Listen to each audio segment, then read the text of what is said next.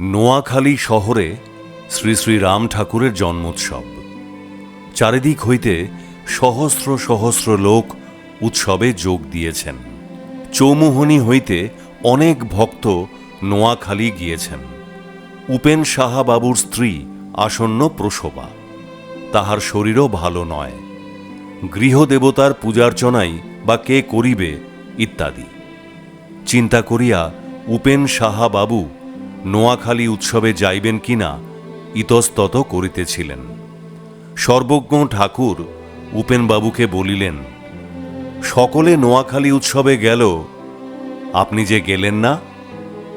আপনি নিশ্চিন্ত মনে চলিয়া যান, মায়ের ভার আমিই লইলাম, গৃহদেবতার পূজা আমিই করিব, অন্যান্য কাজের ভারও আমিই লইলাম।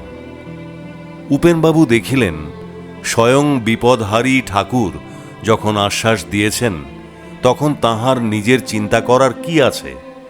তিনি নিশ্চিন্ত মনে নোয়াখালী যাইয়া উৎসবে যোগ দিলেন।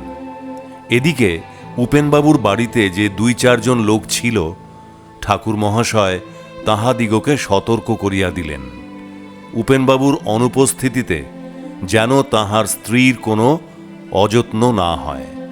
ঠাকুর সেবার ভার ঠাকুর মহাশয় নিজেই গ্রহণ করিলেন।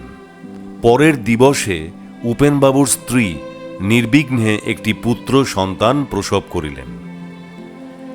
গৃহস্থালী যথাযথভাবে চলিতে লাগিল। ঠাকুর মহাশয় নিজেই গৃহদেবতার পূজা করিলেন।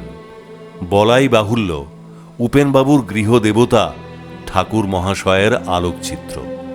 ঠাকুর মহাশয় তাঁহার নিজ প্রতিমূর্তির সম্মুখে স্বীয় পটের পদে সচন্দন তুলসী সুরভিত পুষ্পাঞ্জলি প্রদান করিলেন।